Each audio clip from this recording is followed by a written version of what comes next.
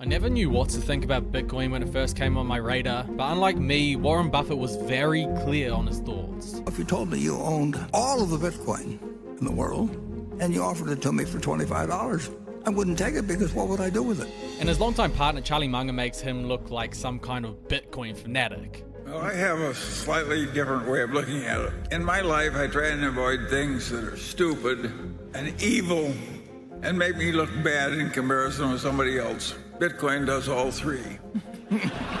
They first started talking about Bitcoin in early 2018. Since then, Bitcoin has increased 400%, while Berkshire Hathaway, the investment company, has gone up 75%. So how can Bitcoin be so bad if it's doing so well? And why do these two, who are regarded as the epitome of financial wisdom, despise Bitcoin? Could they, dare I say it, be wrong? I've spent the past month trying to answer this question. I did not expect to find what I found. Bitcoin is the apex property of the human race. There is no property invented in the history of mankind that is better than Bitcoin. There's no intrinsic value to this asset. If you have the superior asset, it's going up forever, Laura. And now it is in the process of going to zero, except for Bitcoin, which will probably go negative. And I think 2025 is going to be the spectacular year. North of 300,000 for Bitcoin. I can say almost with certainty that they will come to a bad ending. And that it is going to scale from a little more than $1 trillion today to $25 trillion in 2030. It's kind of a pure greater fool theory. I would short it if there was an easy way to do it. It will be as significant for freedom as the birth of the internet. Bitcoin is worthless artificial gold. I think it's a scumball activity.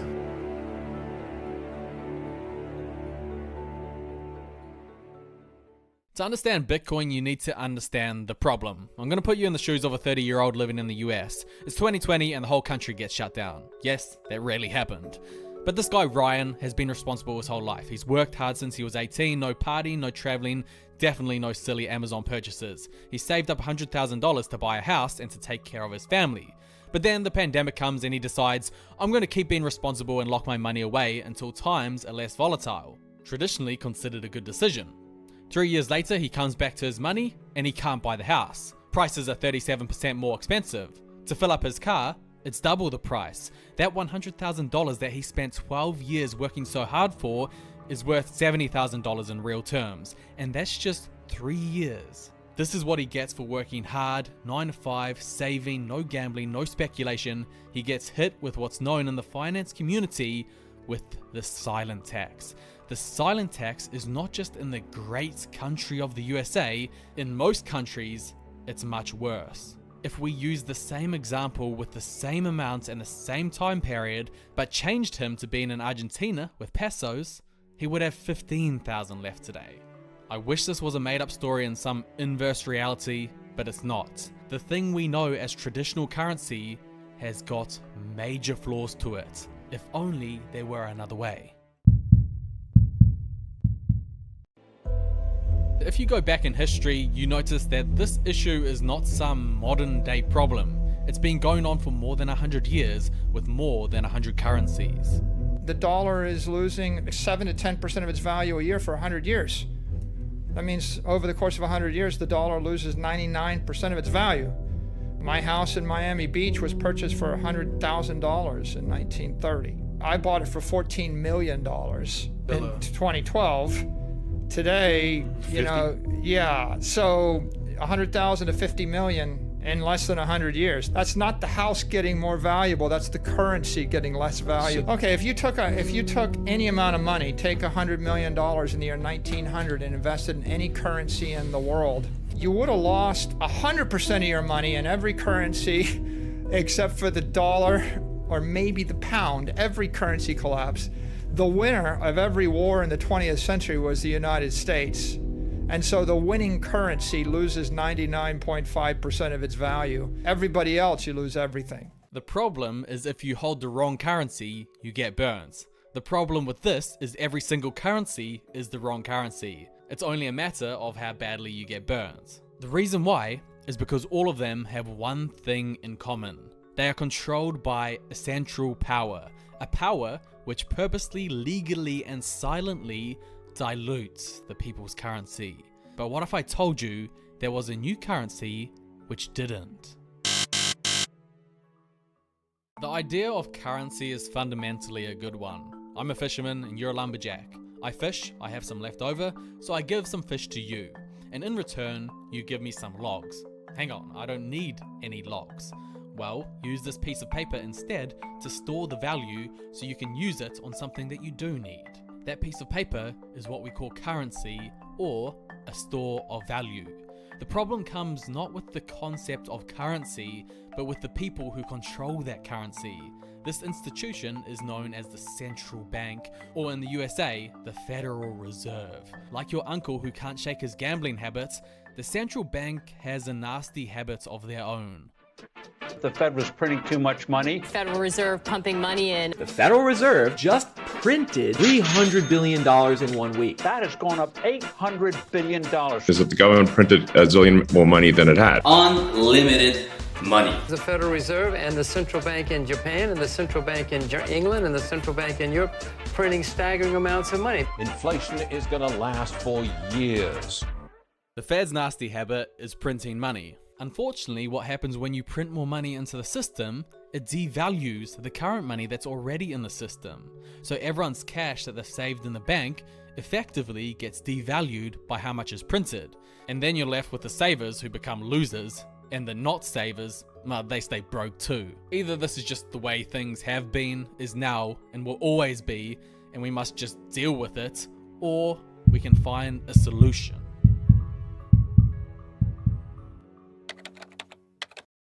Someone who knows this problem very well is a person who goes by the name of Satoshi Nakamoto. Whether he'd been burnt by inflation in the past, whether he'd lost faith in the traditional financial system, whether he was just bored looking for an easy way to become a millionaire, we don't know. We're not even sure if Satoshi was a he or a single individual. The only thing that we do know is that Satoshi was the one who invented Bitcoin. In January 2009, this mysterious online currency gets created. It's designed in a way to solve all of the issues of modern currencies. One, it's not controlled by anyone. Its power is decentralized across millions of computers.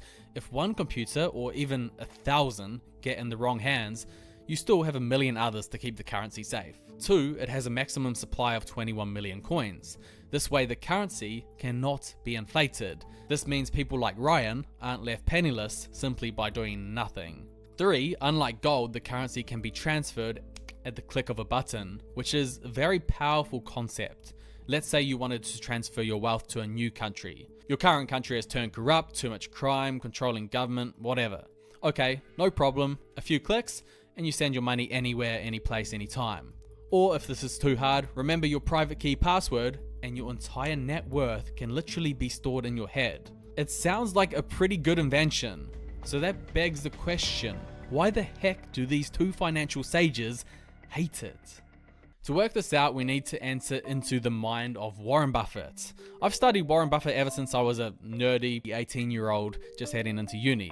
So I know exactly why Buffett hates Bitcoin. In January 2011, Buffett was preparing to make a big investment. It spotted a company which fits his investing philosophy and could make him a lot of money. His philosophy is to buy stocks for a reasonable price where the cash flow quickly pays you back the price and then even more for years to come.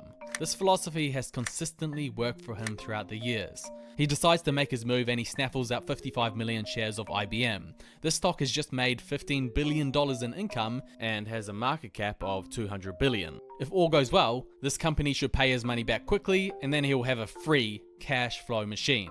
This investment is perfect for Warren Buffett because he doesn't like to do what's known as speculating, buying something that's not producing much in the hopes that one day it will. Buffett considers this too risky, and his worst nightmare is to lose his shareholders' money, even more than losing his own. So when a new asset comes along that produces literally nothing, is a currency that's not used in everyday life, and even worse, one that's purely online, Buffett doesn't even let it touch the purview of his investing framework. And then there's Charlie Munger. Charlie, well, let's just say he's a bit more to the point than Warren. When Charlie buys a stock, he doesn't hold back. In 1978, he saw Berkshire Hathaway and put most of his family wealth in the company. He found Costco many moons ago and went large into the stock. When Manga sees something that he likes, he takes an extreme position. But this concept works both ways. Sometimes I call it crypto crappo, and sometimes I call it, well, crypto. I think it's rat poison. A key argument behind Manga is he thinks Bitcoin is evil. Now I can see how a human can be evil, a system can be evil, a cult can be evil, but a currency? This doesn't make sense, or does it? Unfortunately, it's not just the peaceful freedom seeker who has adopted Bitcoin. It has also become a great currency for criminals. This is a very, very bad thing. The country did not need a currency that's good for kidnappers and so on. Let's say I'm doing something illegal. I'm a drug trafficker. Full disclosure, I'm not a drug trafficker. I've just sold $1 million worth of drugs to a dealer. So the dealer sends the money to my bank account. Hang on, I don't want this money going to my bank account.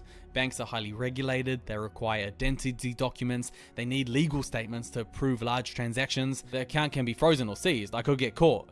No problem. Send the money to my Bitcoin address instead and I'll remain anonymous. Yes, the transactions are kept on the blockchain, but the identities no one knows. And there you go, I've just made $1 million illegally, anonymously. Bitcoin's greatest benefit becomes its greatest downfall. No one can control it, so no one can control the criminals. Ah, you say you want freedom, but how much freedom do you really want? Enough freedom for criminals to operate financially?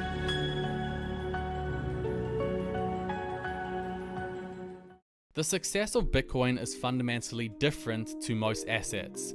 Bitcoin's success depends on how many people want it. If no one wants to buy a bond from you, it doesn't matter, you still receive yearly coupon payments. If no one wants to buy your stock, well, the business still earns money anyway. If no one wants to buy your farm, it keeps producing crops. But if no one wants to buy your Bitcoin, it's worthless. However, on the flip side, if everyone wants it, it becomes very valuable. This is why the people that own it are surprisingly loud about owning it. They need others to adopt it so that the price goes up. And the most important people that they need on board is the institutions, the big money, BlackRock, Vanguard, hedge funds, governments. We all know China's moved to holding gold instead of the US dollar, but imagine if they moved to Bitcoin. Now, I hear a lot of crazy price predictions that, to be honest, I don't know where they pull these numbers up from. But let's try be realistic. If all goes well, how big could Bitcoin get? Right now, Bitcoin has a market cap of $700 billion. Another asset class that is considered a store of value is gold. Gold's market cap is 11 trillion. If Bitcoin were to get as big as gold, it could 15x. Or you could argue it's better than gold. Maybe it should be double gold's market value. That would be a 30x in price. But that's very bullish. Gold has been used for storing value for hundreds of years. Bitcoin's barely been used for 10. That's one outcome for Bitcoin. The other outcome, you probably don't want to hear. This has been the fate that many other cryptos have already experienced. Bitcoin is by no means the perfect form of currency. In May 2021, Elon Musk's Tesla stopped accepting Bitcoin as a form of payment. Why? I thought Bitcoin was the currency of freedom, and Elon Musk is almost the flag carrier of this. He sold Bitcoin not because it's decentralized and free, but because of its energy use. A Harvard Business Review calculated that Bitcoin consumes around 110 terawatt hours per year. That's 0.55% of global electricity production, or roughly equivalent to countries like Malaysia or Sweden's energy draw.